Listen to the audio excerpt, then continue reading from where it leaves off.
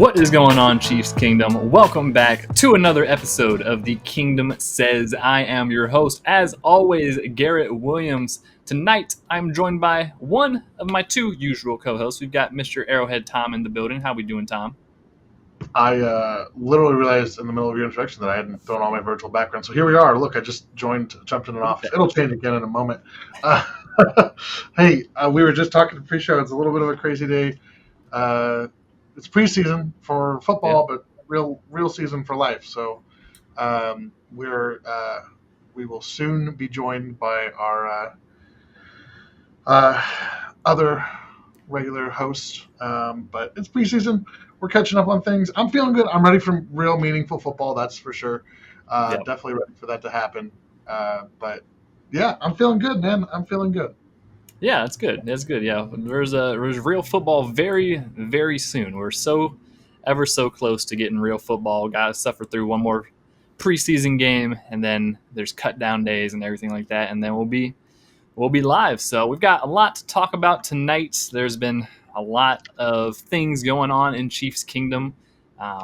Very relevant news. There's been a trade. There's trade rumors. There's a lot. So we're just going to dive right into it. We're going to start with, first and foremost, the biggest piece of news, which would be the Skyy Moore trade. The San Francisco 49ers, I almost said Giants, as if he's playing a baseball. He's a baseball player. The San Francisco 49ers trading for Skyy Moore, giving the Chiefs a 2027 pick swap. I believe they sent us a 6th rounder. We sent them a 7th rounder back. And Skyy Moore, obviously, joining the 49ers, who have lost a good amount of their receiving room. They had a couple significant injuries there, some guys coming back from injuries. Former Chief Demarcus Robinson is over there, who ends up starting the year with a 3-game suspension, I believe. So the 49ers are a little bit in need of some wide receiver help. In comes Skyy Moore. The Chiefs do a late round pick swap, which basically is as Tom is in the locker room now, so he'll be. I've changed. Yeah, I've relocated very quickly. Yeah, so pick swap basically just is kind of circumnavigating the waiver wire for the 49ers if Skyy Moore would have been cut or released. So instead they kind of skip that, get him in a week early. And the Skyy Moore era is officially over in Kansas City. Tom, how do you feel?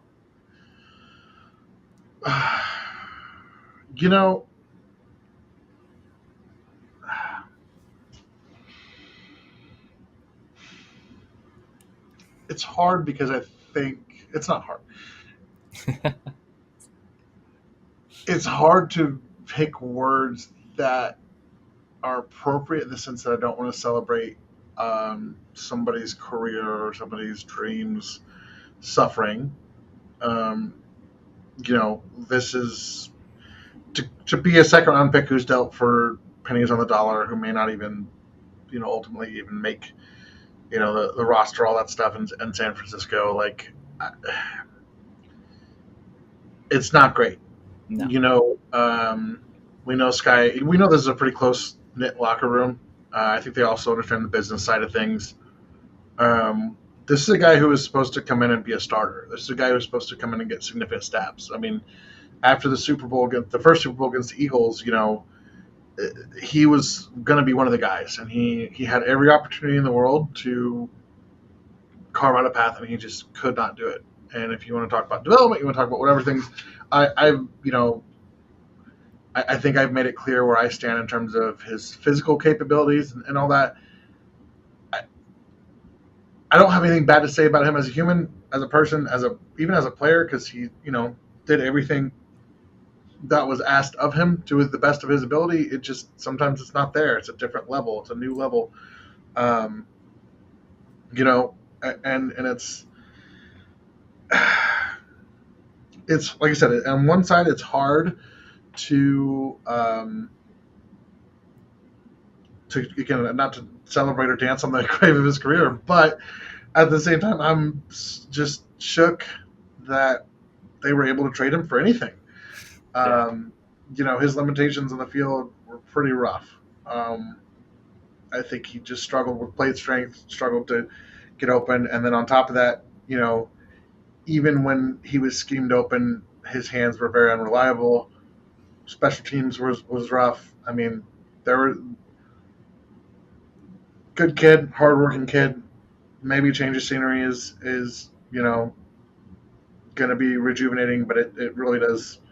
Um, Again, it's a miracle that we got something back, but Yeah. gosh, goodness, it was a tough one for him in Kansas City, and I wish him all the best, hard work, all that stuff. But it is a little bit relieving knowing that he's not going to be a roster spot this year. Yeah. That was kind of the worry every year. That's the past 2 years of Skyy Moore still making the roster over some other guys who have shown up a little more. Yes, you said it pretty well. He was a second round pick. There's a lot of expectations on him coming out of a small school of Western Michigan. There's definitely a lot of upside and promise to his game. Hey, I even chose him as in mock draft warfare. So I definitely had a pretty, I was a big fan of the Skyy Moore pick for a long time. And, he gets that big touchdown in the Super Bowl, which was great. And we'll always have fond memories of that, him being wide open on a play that he lined up on the wrong side, which is kind of funny in and of itself. And, he had the very big punt return that next year in the AFC Championship game that kind of, got the Chiefs in good field position and versus Cincinnati. So, he had his moments. He did have his moments, especially in some big playoff and Super Bowl games. But, yeah, just didn't quite live up to the expectations. Definitely struggled with drops, muffing punts. There's just a litany of things. And it's unfortunate because there's, the reason he stuck around so long is because he's such a good locker room guy. And a lot of the guys had a lot of confidence in him. And, you could see how much it meant to a lot of those guys in the room when he had that punt return touchdown versus the Seahawks in the second preseason game, which we'll talk about a little bit of that preseason blowout versus the Seahawks. But he's, like you say, he's a good kid. Really hope that he can go and have success elsewhere. I feel like San Francisco is a place that probably a pretty good place for him to go.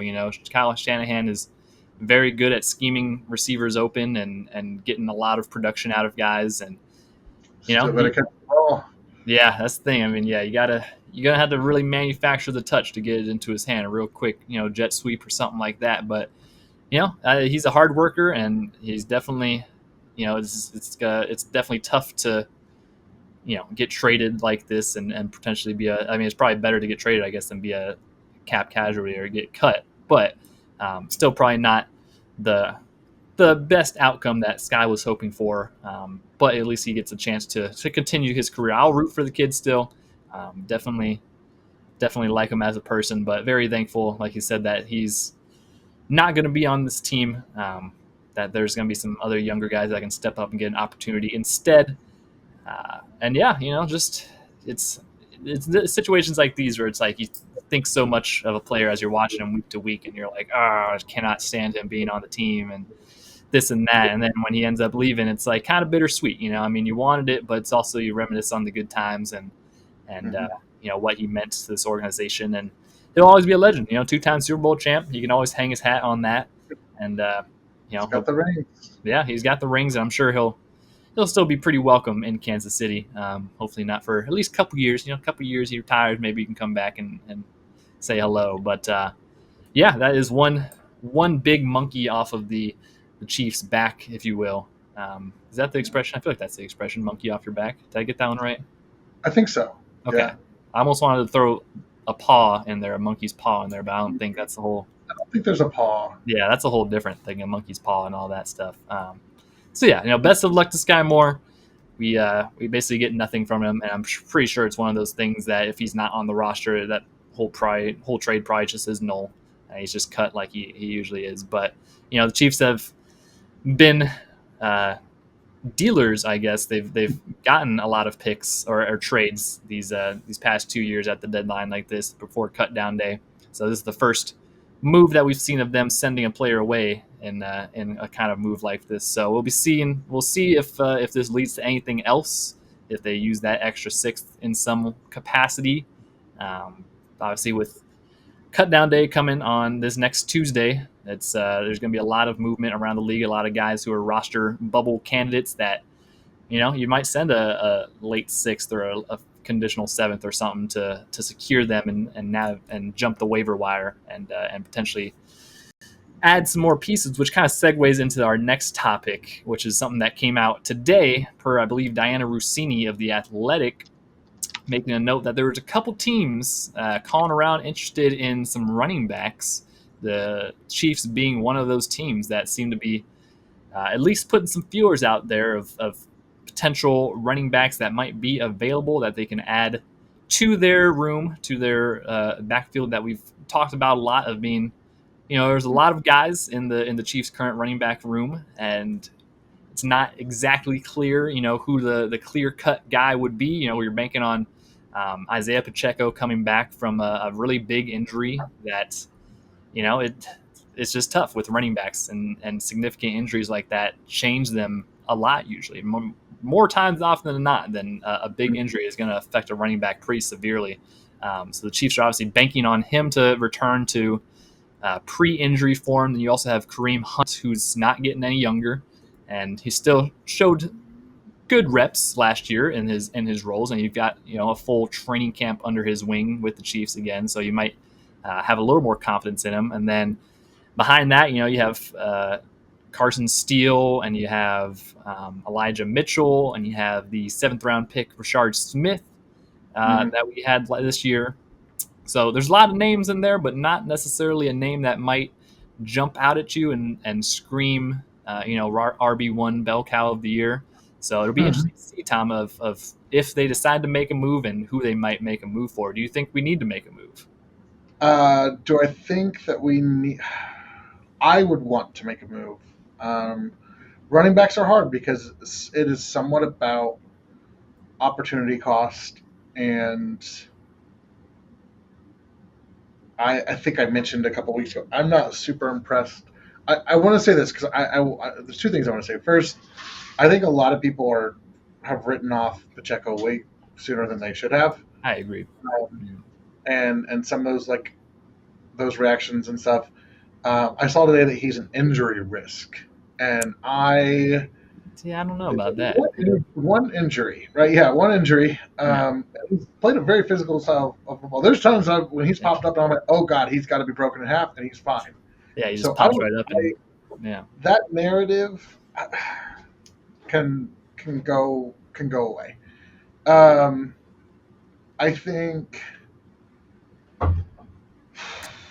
think that having Kareem around is awesome and a great story, and feels nice from the sentimental standpoint.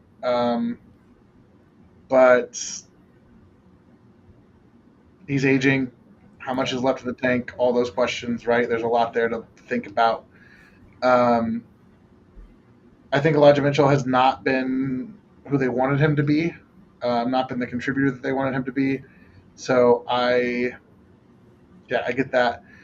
I would definitely be on the market, looking for some running backs, maybe some guys who, similar to what Skyy Moore was,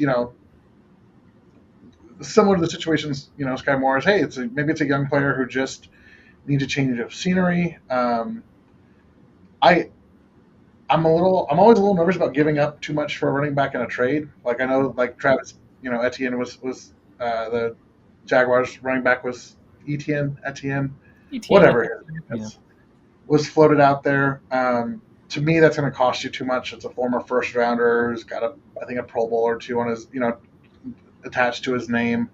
Let's give me a call on a guy like, Damian Pierce or Rashad White. I'm looking at some guys from like the 2022 class, Breece Hall. There's lots of guys there. I know there's some talks about Brian Robinson over in Washington. I'm just kind of clicking. I'm not even looking at wherever he went. I'm just going by some draft boards. There's guys that I think you look at and go, who fits, who can give us something, a little bit different, a little bit of what we need, and who isn't going to cost you,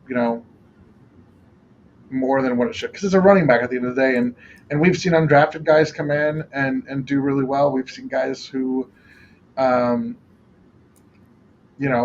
were late round day 3 picks Yeah, I Drew, mean, I was Pacheco was a pushing our, seventh rounder. Pacheco was a seventh rounder. and at the end of the day, you like the running back position in Kansas City, even though it's a pretty storied position for our franchise. It's not a position that we have to have a guy at. We just need to have enough production there that teams have to at least account for it, respect for it, and it's something we can go to and rely on. I think Yeah, the reliability piece is the most important of all of those yeah, factors. I definitely agree. And when I look at the running back conversation, it's really I kind of think about it more too. It's like they don't really have anyone next year too. Is kind of the thing. Like this is the last year of Pacheco's deal. I'm pretty sure Kareem's just on a 1 year deal. Elijah Mitchell was just a 1 year deal. Like they'll have Rashard Smith still, but other than that, like the future of the running back position as well is kind of uncertain. And so if you're looking, if you're rolling Pacheco out there and whoever else, you're probably expecting to maybe give one of those guys a second contract, or maybe you're just getting a 1 year rental for a guy and then looking in the draft next year for your next guy. But I feel like a perfect world, you'd be able to get a guy that has at least 2 years maybe of control left on him, but still not giving up the house for him. Because like you said, it's tough to invest a lot in the running back position. That's been a trend in the NFL recently. That the running back is becoming less and less valued. There's still some teams like the Raiders that are drafting guys super in the top 10 like Ashton Genty, and that's fine. But it's just one of the most volatile positions. We've seen so many just generationally talented guys that get one injury or two injuries and then it's done. It's like it's never the same. It's one of those positions that just the fall off after, and it's one of the most physical positions as well. And if you get injured, like the fall off is pretty steep usually. So I still have a lot of confidence in Pacheco. I've been on the Pacheco train this whole offseason of let's wait and see how he looks with a full bill of health, hopefully, and enough time to recover and get back into the groove. Also, I mean, we have to recognize that a lot of running back production comes from their offensive line. Like that is a big thing. You can have Saquon Barkley back there, and if the offensive line isn't good, it's going to be tough. So with the improvements, well, maybe not improvements, but with the differentiating different guys on the Chiefs offensive line this year, hopefully the whole unit will look a lot more better, a lot more cohesive. And the big thing with Pacheco is he doesn't have the best of vision, so you kind of have to get some pretty good gaps for him to run through. So that's maybe one of the downsides of him. Also, I believe, the Chiefs don't really have a great receiving back at the moment. You're kind of relying on a rookie, Rashard Smith, to be maybe that guy. But historically, Andy Reid's loved having pass-catching running backs, and Pacheco, not the greatest at pass catching. Kareem Hunt back in his heyday was pretty solid, but it's just long term. You're thinking of a guy that you might be able to, develop more of that part of the running back game, and maybe not necessarily the pass pro. I know pass protection is a very big thing that people like to talk about with running backs. I saw a stat somewhere on Twitter today. I forget who put it out. It might have been Connor Christopherson that said only 15% of running back snaps in KC end up needing to pass protect. So I know it is we're spoiled with Jerick McKinnon for a long time as being that absolute stud of a pass protector. It's not the most critical role for a running back in an Andy Reid offense, but it's still obviously a massive benefit if you can get a guy that can do both. So we'll see. We'll see. This last preseason game is going to be very indicative of how I think they feel about some of their running back room. I've also been a guy that's haven't been super high on Elijah Mitchell and what he's shown. I think he's just another run-of-the-mill kind of running back for you. I don't think he's necessarily adding anything that you need. So if you can upgrade and maybe get a third guy in there with Kareem and Pacheco, and then you kind of have Rashard Smith still learning the ropes and fully develop into that role. But I think there's some potential if the price is right that you can get a guy that's maybe not some of these top guys, like I said, Breece Hall, Travis Etienne, some of those guys I feel like might just be a little steep for the Chiefs asking, but there's probably going to be some underrated sleeper guys that they might end up picking up and taking a look at. If there's smoke, there's fire, as what the old expression is, and it seems like there's a little bit of smoke on this one, so we'll see.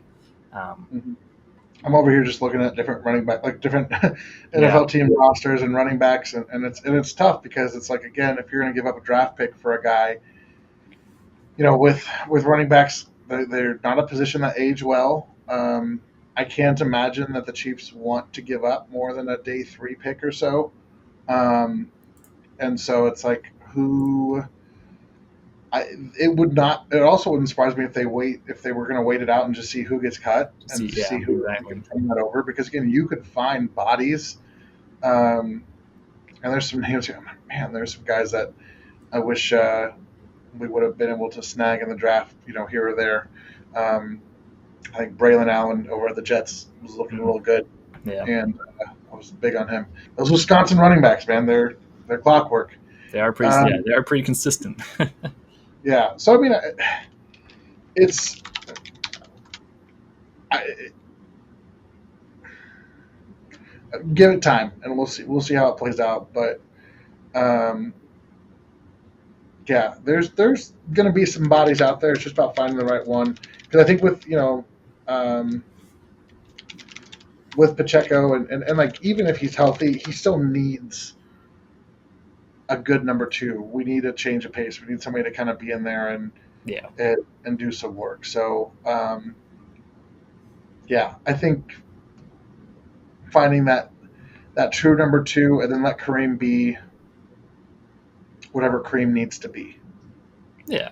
Save those reps for later in the season when you need them Mm-hmm. more. That's the other thing too. It's like it's going to be a long season, a lot of wear and tear on the body. You definitely don't like you need a lot of running backs. Like you're going to end up needing some guys. If you're the 49ers, you need like 7, 8 different running backs every year because it seems like they always just get hurt and they drop like flies.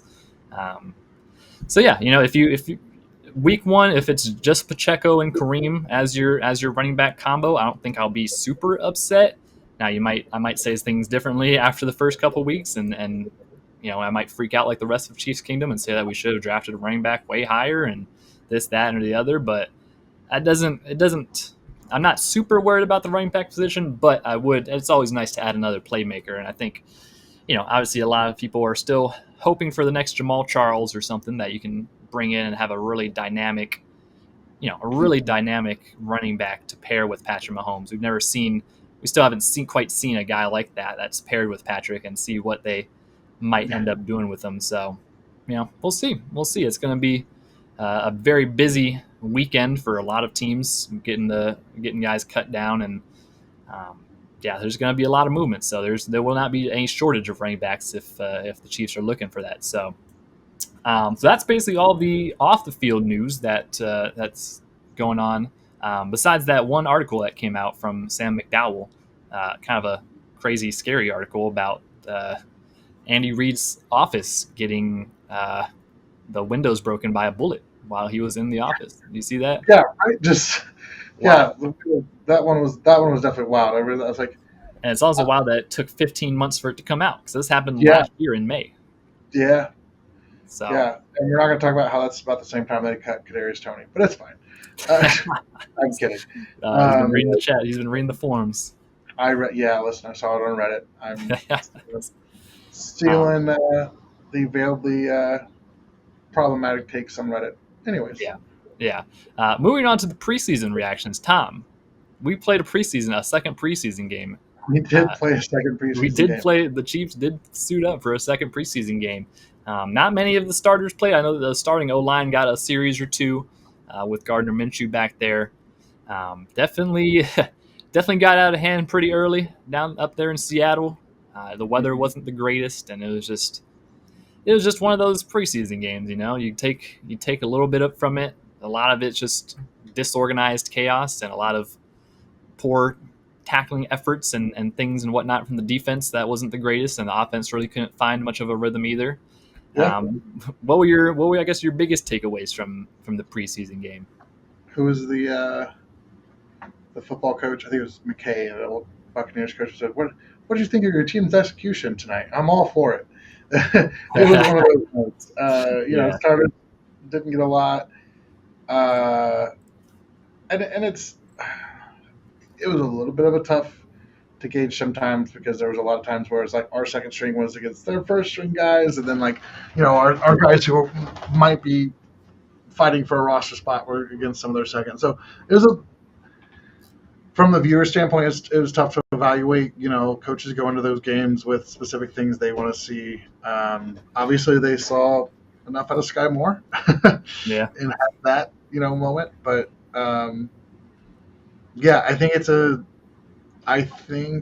there wasn't a whole lot that stood out to me, honestly, that made me go, wow, that was really of note. I thought the O line, young guys looked good. I thought Kingsley looked better than he did the game before. Um, Up and down with the defensive line, the young guys in the defensive line again. Um, Jeffrey Bosley had a quieter game. So, I mean, it was a mixed bag. I thought I will say we had the one catch and a little bit of run from Pacheco where he kind of had a little bit of juice, and that was good to see. That was encouraging. Felt like it was a little bit of old Pacheco. A bunch of cobwebs on my microphone I just saw. We're going to fix that in the middle of the show. We're like, oh, yeah, it was uncensored. Kyle's not here for me to trigger, so I have to find ways to bother Garrett by being unprofessional on the mic, I guess.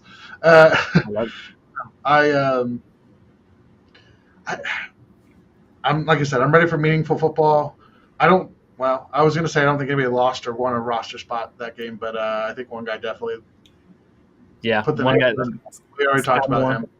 Yeah, Skyy Moore lost the roster spot. Also, a guy that we didn't, I kind of glossed over, forgot about on that defensive line. Felix Anudike-Uzomah goes down with a hamstring injury. I don't even know if it was. I think it was during the game he had the hamstring injury. Yeah. It seemed, his reaction on the field seemed pretty significant. And a couple days later, it comes out that they were placing him on season-ending IR. Unfortunately, ending his 2025 season before it even begins, which is very unfortunate for a former first-round pick only a couple years ago, who, was already kind of fighting for a roster spot anyways, it seemed, and hadn't really shown a lot of growth his first couple years, and so it was going to be really contingent on him having a really big year this year to kind of stay in the good graces of the Chiefs coaching staff and whatnot. So that was kind of a tough break for the young guy, and it's maybe hard to see if he ever plays another snap in a Chiefs uniform. I'm not sure,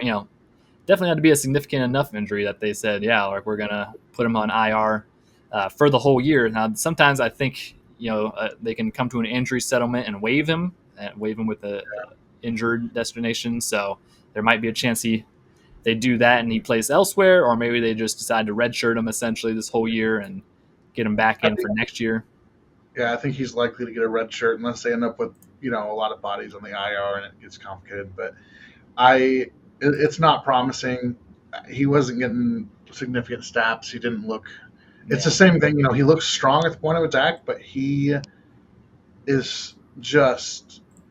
It's one of those things, and I think you'll always see this in some way with NFL coaches, is you have a player who might have 95% of what you want, and there's like that 5% that needs to be fixed, that needs to be corrected. That's like a game-breaking kind of piece of things, and they're always going to go, yeah, we can fix that. We can fix him. And I think more often than not, with a player like Felix, who was so slow off the snap and struggled with that stiffness and that type of thing, I think those were criticisms of him as a college prospect, and I think that they were exposed entirely as an NFL player, and he has not developed in that area. He's strong as an ox. He's got a great motor, but he's so late off the snap, there's just rarely time for him to actually recover and make a difference. So, not to celebrate anybody's downfall. I would love it if he turned it around, but it's an area of need because he has not been who they projected him to be. And I say all that, as a kind of a word of caution. Say, oh yeah, teams are always going to do that, because that was also a very similar thing that someone would say about Patrick Mahomes. Well, if we could just fix him a little bit, and then you get the greatest quarterback to ever play. So I think that's kind of the gist of it. Is he has this area that even if he became average at it, I think he could be a starter in the league. but he is Yeah. so far below average at it, it derails all the strengths in his game. So, not to kick everyone at least down. Hopefully, he recovers. Maybe it's something that's been lingering and building. Whatever. Yeah. I'm hopeful. Always rooting for positive, but just being honest about his prospects. It's probably we're looking at probably a red shirt. They're going to hope that they can get something out of him when he comes back. But I think that I think he was already on the bubble this year, and I think he's going to have to fight to earn it next year. Yeah, it's going to be a long road for Felix to get back to significant snaps in the NFL, I think, which is, it's unfortunate. Sometimes, you roll the dice on these projects, and I know there's a lot of people who are very critical of the pick when it happened, and I think there's a good amount of the fan base that believes, and probably decently true, in the fact that draft was being hosted in Kansas City this year or that year, and if it might not have been hosted in Kansas City, they might have traded back and maybe chosen someone else. Instead, they make him a first-round pick, and he's a local guy, good story, K-State guy, and so it just didn't quite work out, unfortunately. Definitely wishing well for him, but that definitely opens up some other roster spots and opportunities from some other guys to get more significant snaps and maybe be more productive with them. They still have Ashton Gelati. You got Mike Dana and Charles Omenihu and all those other kind of reserve defensive ends that, Malik Herring and guys like that will now have a lot more opportunities and more likely at a roster spot. There's some of those guys like Malik Herring, I would have said probably would have got pinched out if it had to come down to it, but now I think he has a better chance of making it, unless that's another. I mean, I wouldn't be surprised if that's another area that the Chiefs decide to maybe make another pre-cut down day trade for. They traded for Cameron Thomas last year around that time and didn't really get much out of him. He wasn't didn't seem like a Spags defensive end, I guess, but it is hard to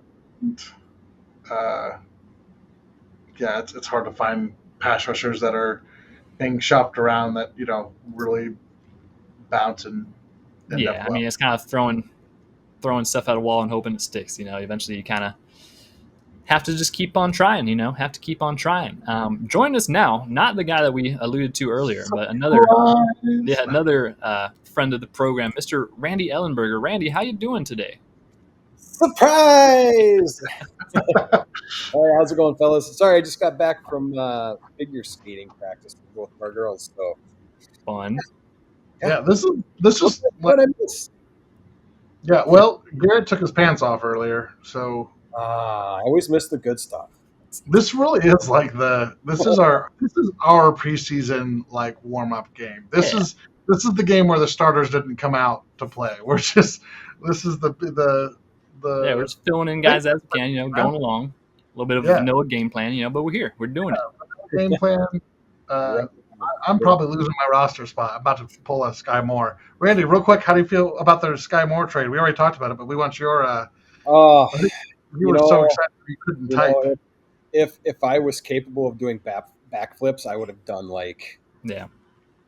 17,000 in a row. That would have been pretty awesome. But I was kind of surprised that we were actually able to get more than a bag of crunchy Cheetos for him. So that's a plus. Yeah. But best of luck to Skyy over in Ninerville. Hopefully he can resurrect his career with them. But I'm just glad I don't have to worry about seeing him in Arrowhead anymore. Yeah, that was kind of our sentiment. You're right. I mean, definitely good kid. Just happy that he's not wearing red and gold for the Chiefs anymore. For that reason, he could just not put it together here. And for whatever reason that is, best of luck, buddy. See you later. Yep. Okay, also joining us now. We keep on getting surprises, banger after banger, just adding guys. Another familiar face. Kyle Henning is here. Kyle, how's it going? Full house now. Oh, just a party. Got off work way late because I had stuff that made me start late this morning and all kinds of fun. So I was expecting to be here when we started, but nothing like joining 35 minutes in. So better late than never. Hey, better late than never. Randy just got here. You're here. It's a whole party. Kyle, since you just joined and we just got Randy's take, Skyy Moore not in Kansas City anymore. How you feel? it seems inevitable at the point where they were at. Good teammate, fine set of skills, not fine execution of set of skills. I do feel like we've forgotten how poorly he was handled his rookie year when they basically sent him into a position he'd never done before and expected him to be excellent at it, and then murdered his confidence with it, with the punt return, kick return stuff. But and the NFL, it's hard, guys. There's a reason that it's a 1% of the 1% league. San Francisco is going to get plenty of opportunity because they have me, you, and Randy at wide receiver right now that are healthy. Pretty slim. So I am not slim, so that's not a good position for me. I think the punt return touchdown in that preseason game helped probably get him to be a tradable asset, probably versus a cut pickup asset.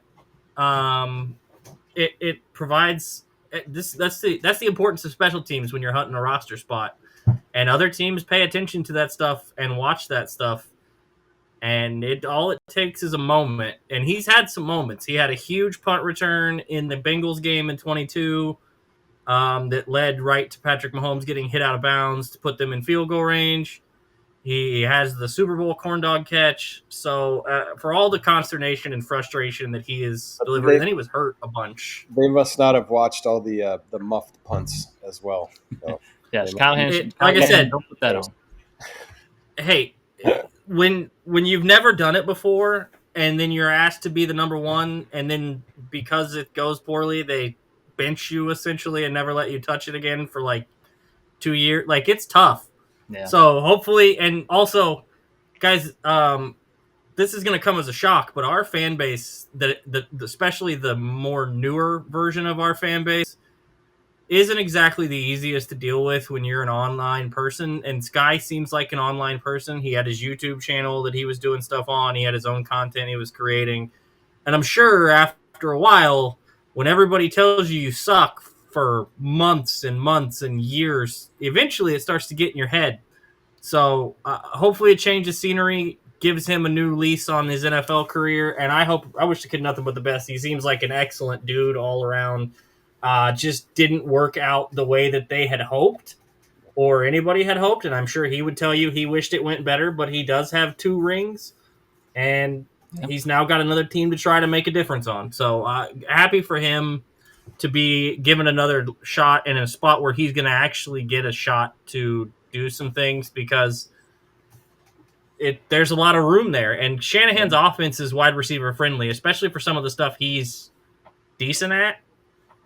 Yeah, some of the manufactured touches, yeah, exactly, and stuff like that. If you get the ball into his hands, he knows how to run with it. It's the getting the ball into his hands part that's been difficult, and securing it once it's been delivered.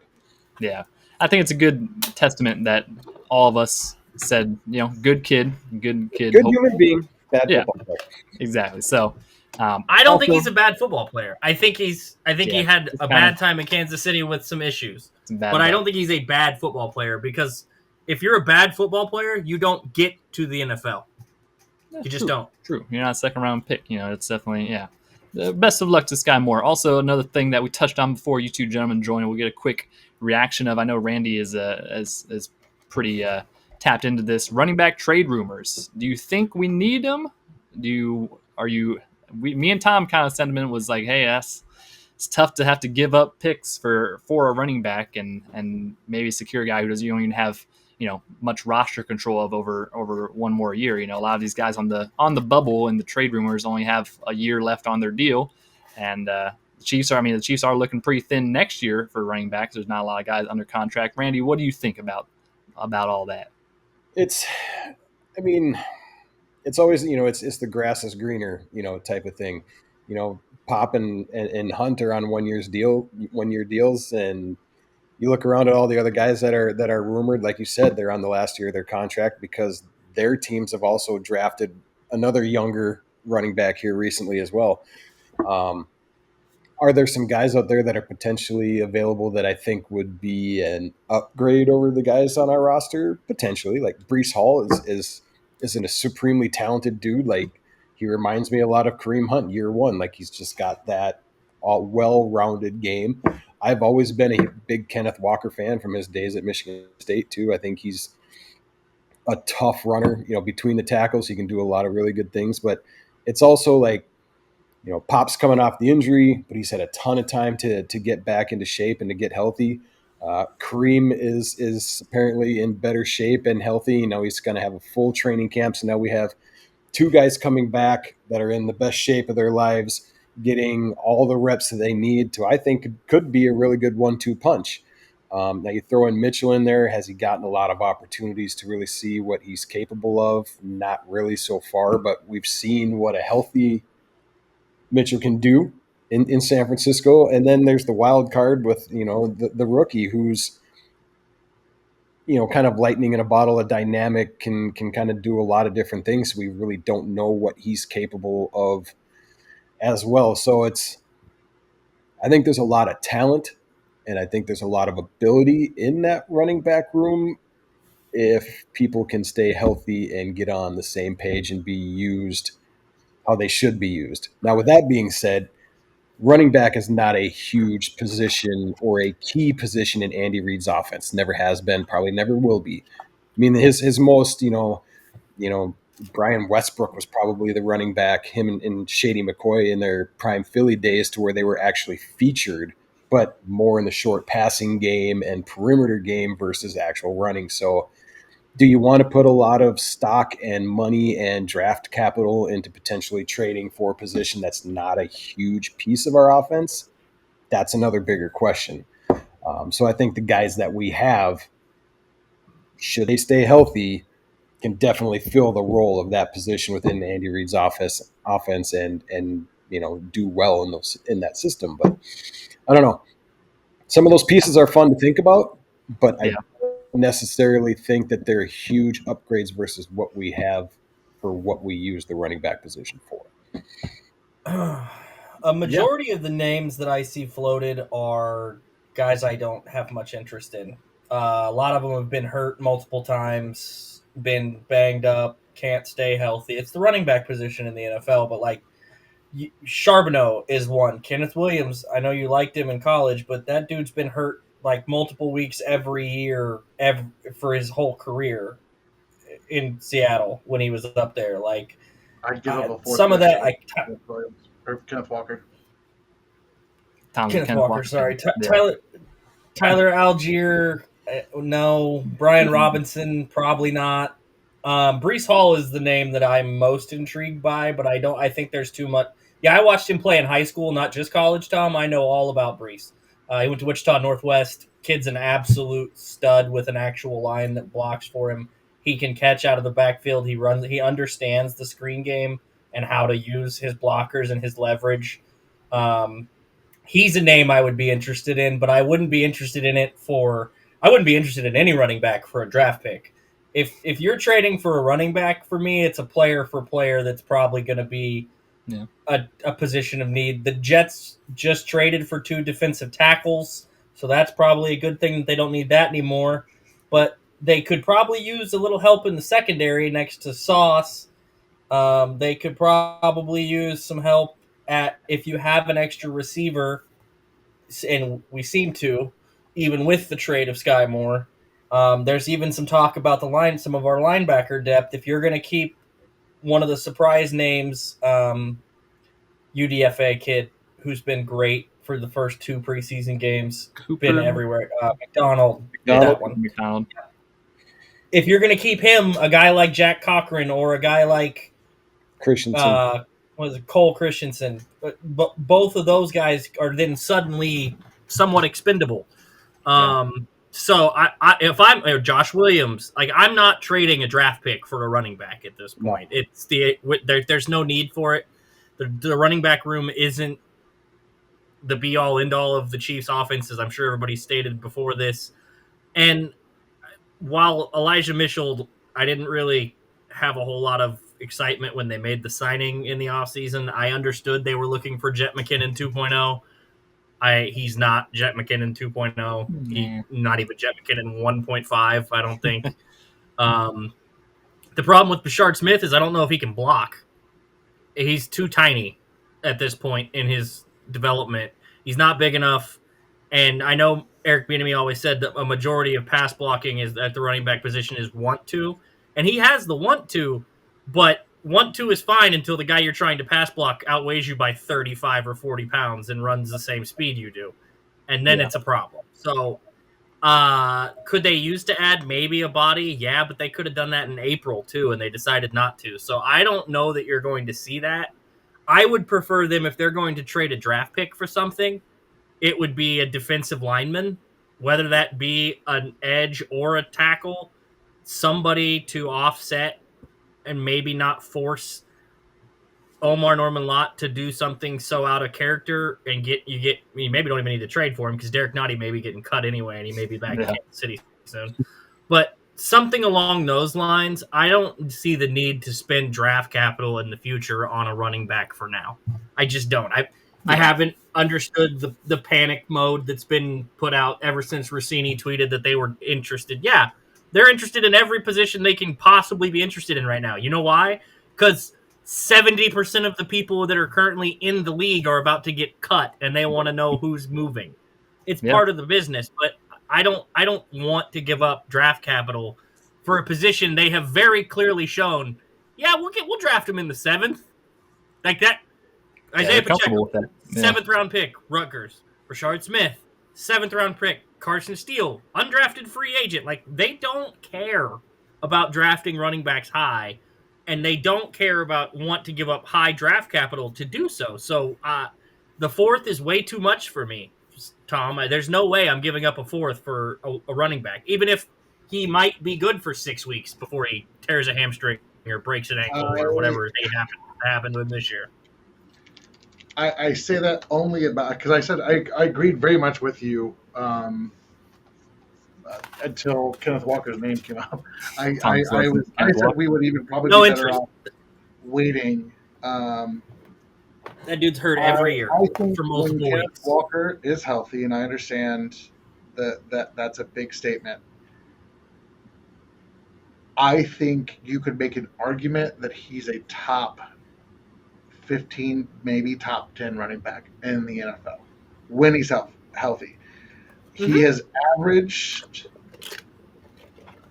He has missed about 2 games a year, maybe a little bit more than that. They do tend to be later in the season.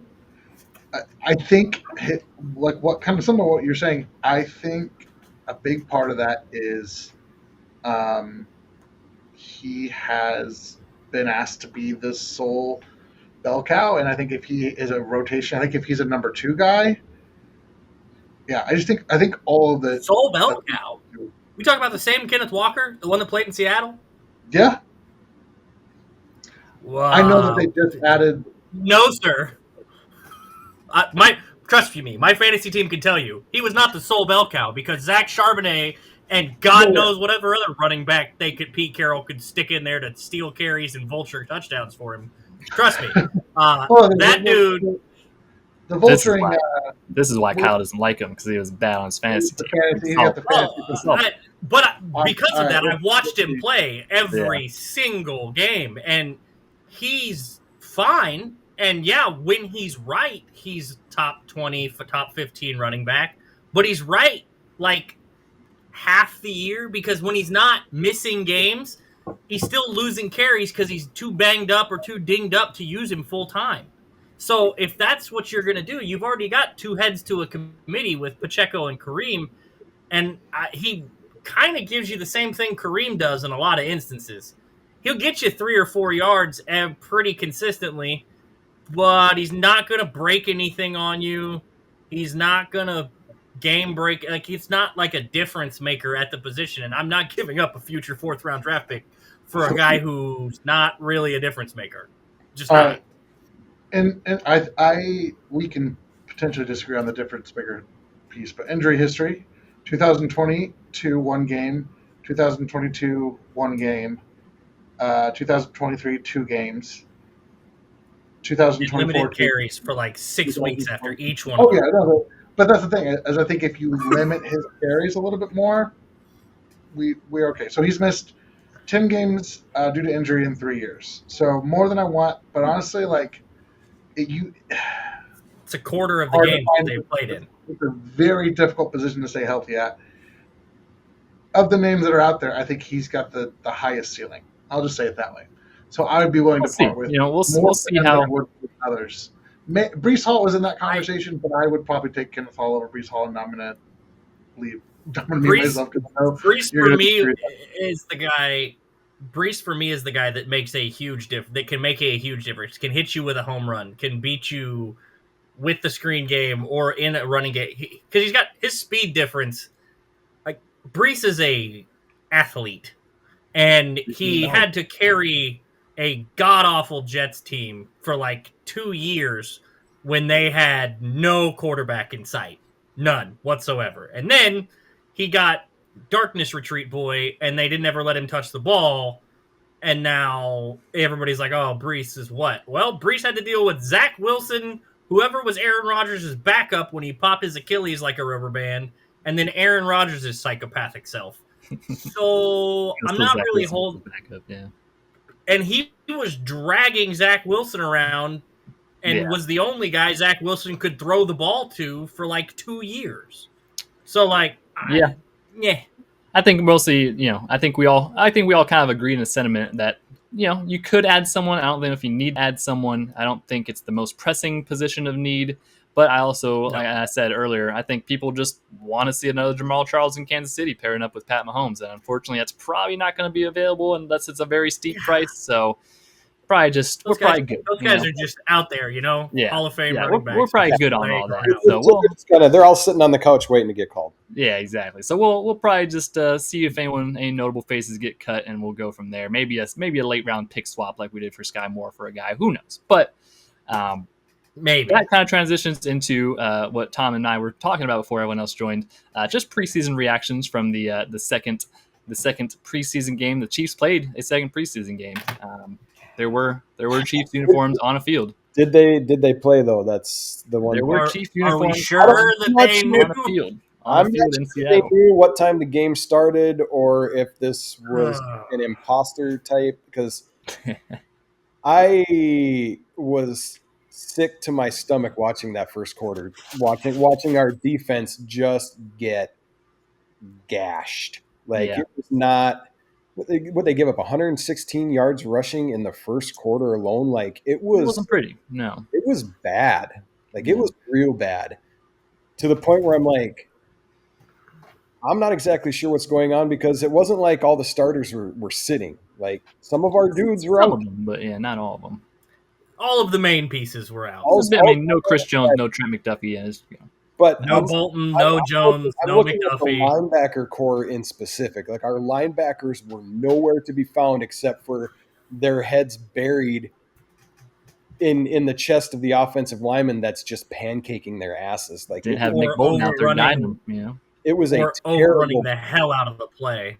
It was a terrible performance by our linebacker core, and they should be embarrassed of how they played, because it was terrible. Yeah, it was real bad. Well, the two best linebackers were Cooper McDonald and Jeff Bassa. The rest of that linebacker core struggled mightily, Cochran and especially terrible. Overrunning literally everything to the edges and then getting absolutely erased in the inside run game. And I mean, I understand Chris Jones and Mike Pennell make a difference. I get that. And the defensive line, the interior D-line wasn't having a great day either, and Omar Norman-Lott's got a bad ankle, so that doesn't really help. They made my former NDSU boy, Gray Zabel, look like an absolute all-pro. Yeah.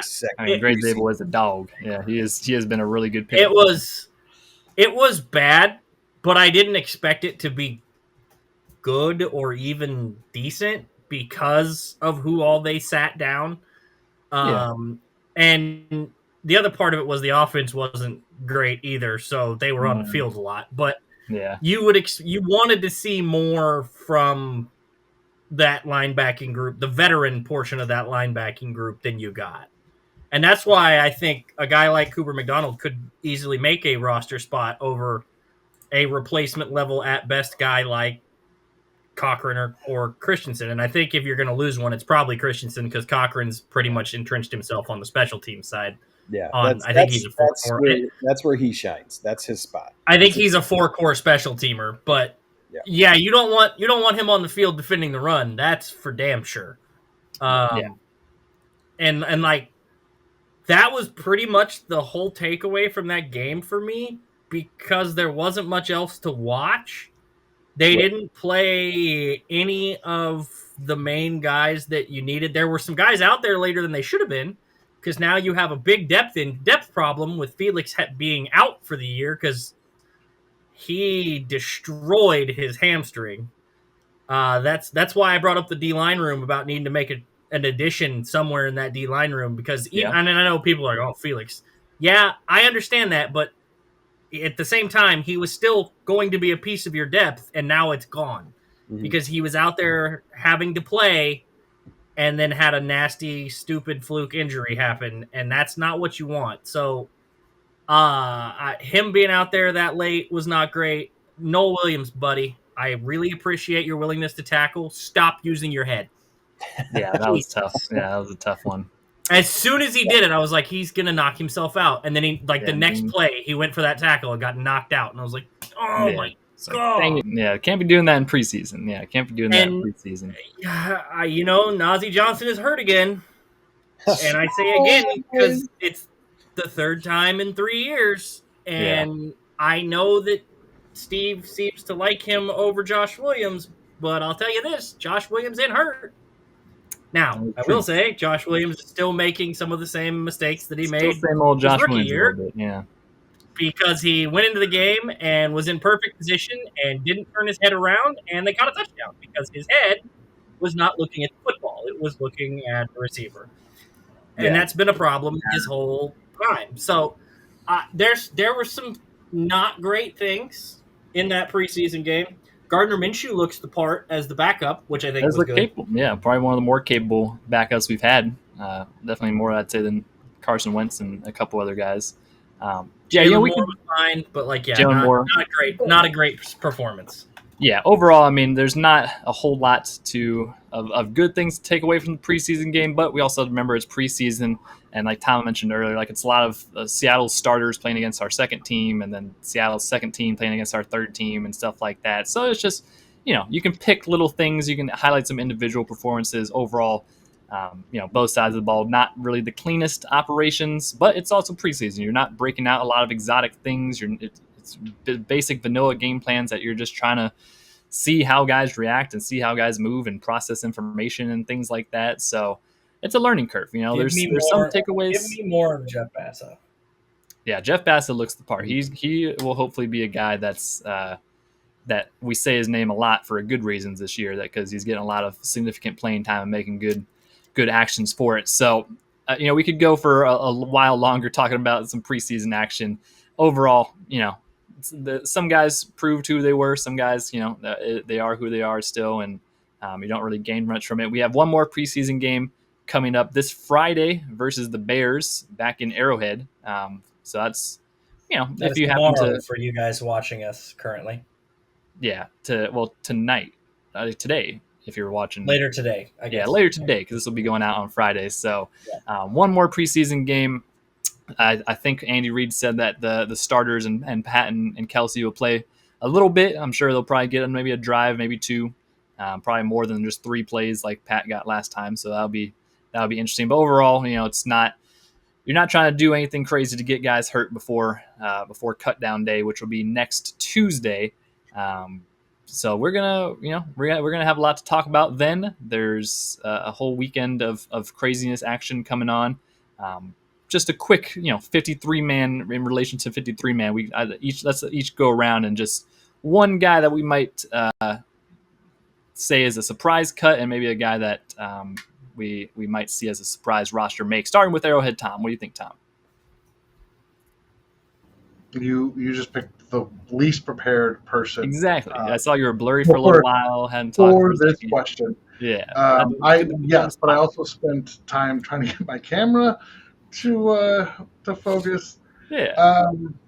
We talked a lot about the running back room. Yeah. Gosh, there's some tough spots here. I think there's historically when we've seen a surprise cut, it's been, oh, they cut somebody and they had somebody that they were targeting on waivers, whatever that they were going to pick up and kind of replace him with.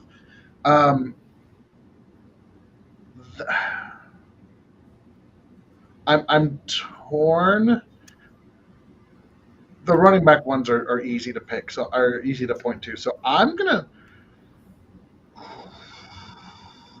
Could just take the easy one. I'm telling you, could just take the easy one. Let everyone else have the hard ones. I kind of have a spicy one. Okay, hey, we're here. Spicy. We're an hour into the episode. We might have like half of our viewer base left. You know, might as well just fire off a spicy one. Come on. Does Juju make the team? Yes. Juju makes the team, Tom. Juju not only makes the team, he's probably getting like 400 or 500 yards this year, I think. Juju, from what everyone's saying, he seems to be in great shape. He said he's in great shape. I think veteran. I said it's spicy. I said spicy. Hey, I like the spiciness, Tom. I do like you going on them. If there's a crazy, if there's a guy who happens to become available at wide receiver from another team that's just a very crazy surprise cut, I mean, maybe, but I think. Yeah, I mean that's probably way out there because I think they'd probably let Nico go before they let Juju go. I like the ambition. I like the ambition, though, Tom. I do like the ambition. My thoughts are especially. Yeah, no, okay, that was too spicy. Because I'm looking at the list. I'm like, oh yeah, that's right. There's the whole Rashee Rice suspension thing. Yeah, not gonna have Rashee. Maybe once Rashee's back. You know what? I'm gonna stick to it though. We'll see. We'll see if Juju's on this team at the end of the year. I love Juju, so I'm not throwing shit. I'm just like I was reaching for a surprise one. Yeah, a surprise like unless his legs fall off, he'll be on this team. Maybe ends on that IR. Could happen though. Like respect, Juju takes some hits and has struggled with some of those. Yeah. Ooh. And then a surprise, like who's going to make the roster? Yeah, who do you think might make the roster that might not be many people aren't thinking of? I don't know if they're not thinking of it. I just think they won't be happy, but it wouldn't surprise me if Nazee is on this roster again. I just really like him on Nazee Johnson. I feel like you said Nazee. Nazee? He did. I'm sorry. He's only been here for like 4 years, Tom. Come on, Nazee Johnson. Nazee. You're right. I don't know why I said that weird. You're probably reading it. That's why it's always. I get that way too. For those watching at home, I go, man, Tom is off his game. I started my master's this week. My brain's a little fried. Especially because master's degrees are overrated. I'm not using mine, so. Yeah, me either. That's why I'm getting a second one, so I can use this one hopefully. Probably the only drywall guy in the U.S. that has a master's degree. Nazee Johnson, I think, has a really good chance of being on this roster, even if people don't want him to be. So, that's my answer. Okay, perfect. Moving on. We'll go clockwise around. So, Kyle, what do you got? So, I don't know. I have two in the might be a surprise cut. Okay. And Ethan Driscoll may not make this roster. Yeah, I'd say that's decently fair. Yeah. Esapole has, I think, outplayed him this preseason and in camp, and I think Ethan also was hurt for a little bit. Had some injuries. Yeah. And I think either one of them can probably make the practice squad, so it's not like the end of the world. Yeah. But the other name is Cole Christensen. He's been around for a while. He's fine on special teams. He's borderline unplayable as a linebacker. And I think Cooper McDonald may have taken his roster spot. I just don't know how you can look at the way that both of those guys have played and been like, yeah, that's definitely the one that's played better and gone that route. Now, they may be able to get Cooper to the practice squad and be able to develop him and stick him down there, so he may get sent there instead. But those two guys specifically, I don't know where else you go there. Yeah. Brenning Stool is going to be the IR stash. I am almost positive of it at this point, based on the fact that they have 3 solidified tight ends and a 4th with Jared Wiley. He's been hurt. He hasn't really participated. Nobody's really seen him. He seems like a perfect IR stash candidate for this team in the way that they do that. Yeah. And that that's kind of where it leaves you. The other guy that could get cut is Elijah Mitchell. I just don't. They may keep Carson Steele and run with Kareem Isaiah and Brashard Smith. I don't know I don't think you can carry 4 running backs and a fullback with this roster construction. So that might be kind of somebody's gonna have to go, and if you have to ask Andy if he wants a scat back or a fullback, he's taking the fullback every time. Take the fullback, yeah. Okay, Randy, what are your thoughts? I know Kyle just stole a couple of them, but yeah, I was kind of thinking Christensen as well, and I was going to go with the Elijah Mitchell just for that same kind of thing. Do we keep 4 running backs plus Carson Steele, to where I think Elijah Mitchell and Carson Steele could be. I mean, for what they get used for, I think Mitchell's kind of the odd man out because we just haven't seen him do much. But one that I'm kind of like, I know he's been injured for most of camp and really haven't seen much, but Fulton, I know he was a big free agent pickup for us, but we haven't seen anything from him yet. Now, granted, yes, he's been injured, so I don't necessarily see him getting cut. Roland Wallace potentially as well. He seems to have slipped down the depth chart a little bit. So I guess those are kind of the names I was thinking for guys that have potentials of getting cut. But I do think at right now with the Rashee Rice thing going on, and now the trade of Skyy Moore, that Brownlee may have a potential to stick around for a little bit. And I know between Worthy and Juju and Royals and Nico and did Tyquan Thornton die? Tyquan Thornton, no. I think Tyquan Thornton, has solidified himself in this roster. I don't think that's gonna be a surprise anymore. But Brownlee's been having a good camp as of late, and he's had a few nice catches in the preseason. So I think that's maybe one guy that could maybe be a surprise that hangs around just for a little bit because of the suspension. But that's kind of where I'm at. Okay, well, if they cut Christian Fulton and keep Najee Johnson, I'm going to lose. I'll lose it. I will lose it. Ever-loving mind. That would be kind of crazy. Yeah, Najee Johnson is not in my doghouse to where like Skyy Moore was in my doghouse type player. But I tell you what, man, stay healthy and like make like one good play to like at least 3 of your terrible plays. Like try to have something even out to like. He had a really nice pass breakup when he got never hurt. really done anything to make me go, wow, okay, this dude needs to be here. Like Najee seems like he could be replaced by any number of our DBs on the depth chart from 4 to 10. Like he doesn't do anything. He doesn't move the needle for me at all. Like he's so easily replaceable in my brain that I don't care if he's here or not. So. That's fair. I guess that leaves me. I've left myself the hardest job because you guys have basically talking about every single position. So there's not many left. I'll just say one. You'll be all right. Yeah, that's true. Yeah, I can't. The tight end position was my only other one I was thinking about going with, just because we have 4 solid dudes. So, yeah. Bobby Thornton has been a nice surprise. When I just look at the roster, after every position you guys mentioned, the one thing that's just interesting to me is the backup interior offensive line situation. You kind of have 3 guys necessarily who are in that role of Cal Yendo, Norzad, and CJ Hansen. I think CJ Hansen made the team last year. I think it would be I think it would be a little surprising if he made the team again. I think he's probably going to be more of a practice squad guy for you this year.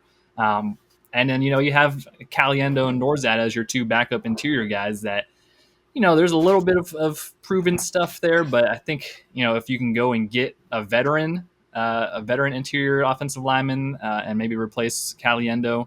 I know the rumors were floated that Nick Allegretti might be available again. The Commanders have a lot of depth at that position now. So that might be a guy I might entertain trading and potentially having him as your interior swing guy again.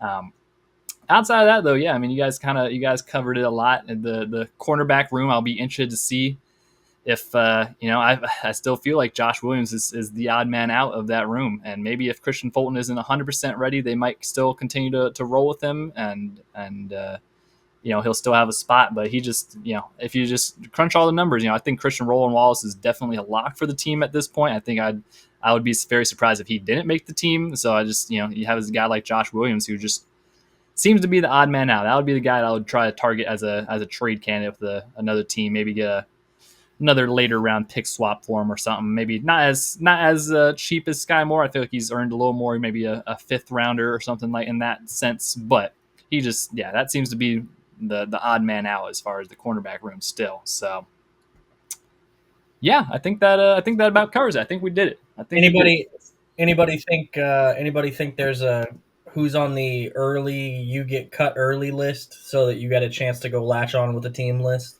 Because Kansas City traditionally cuts certain guys, especially veterans, if they're veterans earlier, so that they have a shot to go try to find a spot with another team.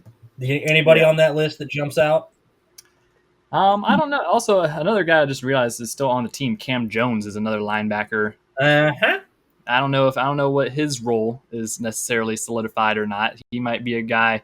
Also, just throwing out random names, but the defensive tackle. We talked about the defensive line a little bit, and some of those guys like Fabian Lovett and Marlon Tuipulotu, who have been guys that have kind of floated on the roster / practice squad. It'll be interesting to see if they continue those projects, probably on the practice squad, but otherwise maybe letting some of those guys find another home early on. And actually, another one that I'm just looking at, I'm just rattling names off. Mike Edwards. I don't know. Mike Edwards through these first two preseason games hasn't looked he hasn't looked like old Mike Edwards. Mike Edwards is eternal.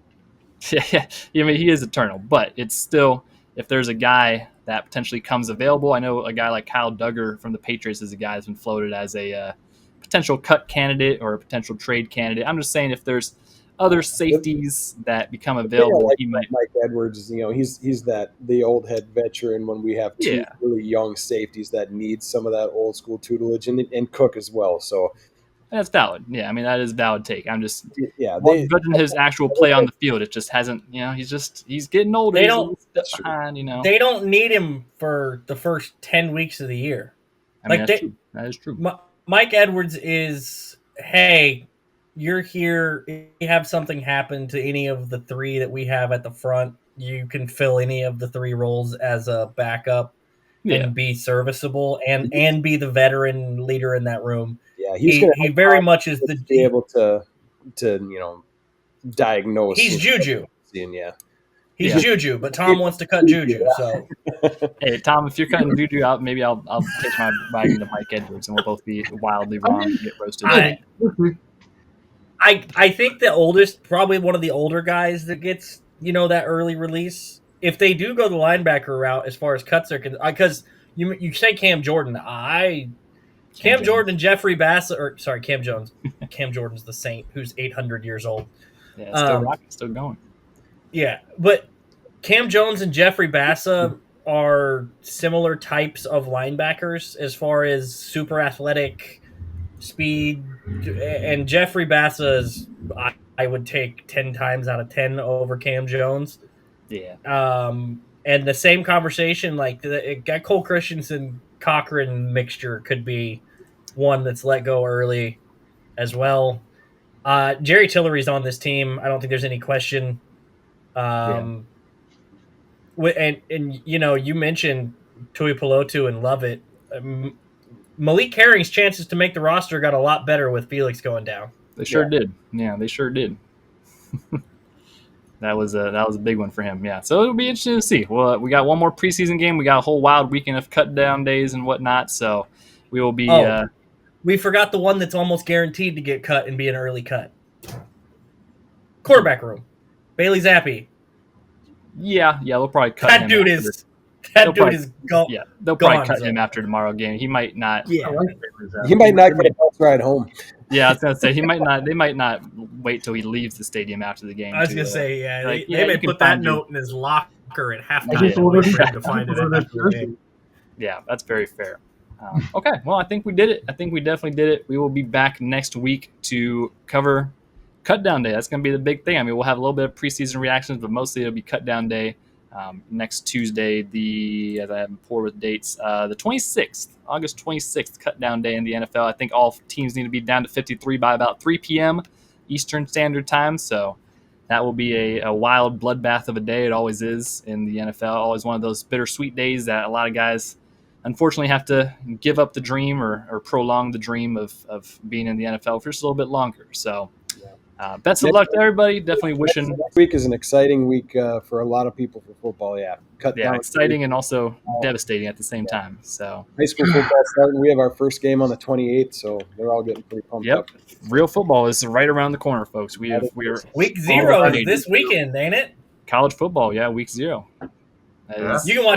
You can watch K-State and Iowa State play in Chex Notes, Ireland. Dublin, Ireland, It's going to be it was a pretty good game last year, I remember, to kick it off. I think it was Notre Dame and someone who kicked it off in a really good game. Flying all the way across the country to play a team 4 hours for it's the same conversation. I think Michigan State's playing somebody else that's 10 feet down the road from them overseas this year too at some point, and it's kind of silly. Yeah, kind of silly. Okay. Branching out the game, expanding the game. Chiefs play week 1. I'm all for that, but putting Farmageddon in Dublin seems odd to me. I just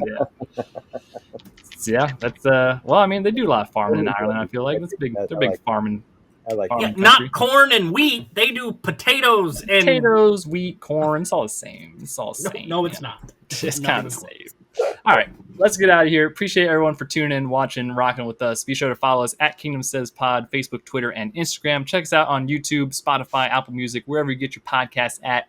And we will be back next week sometime to recap all the craziness of the weekend. So with that, thank you for watching. Thank you for tuning in. We will see you guys on the next episode of the Kingdom Says.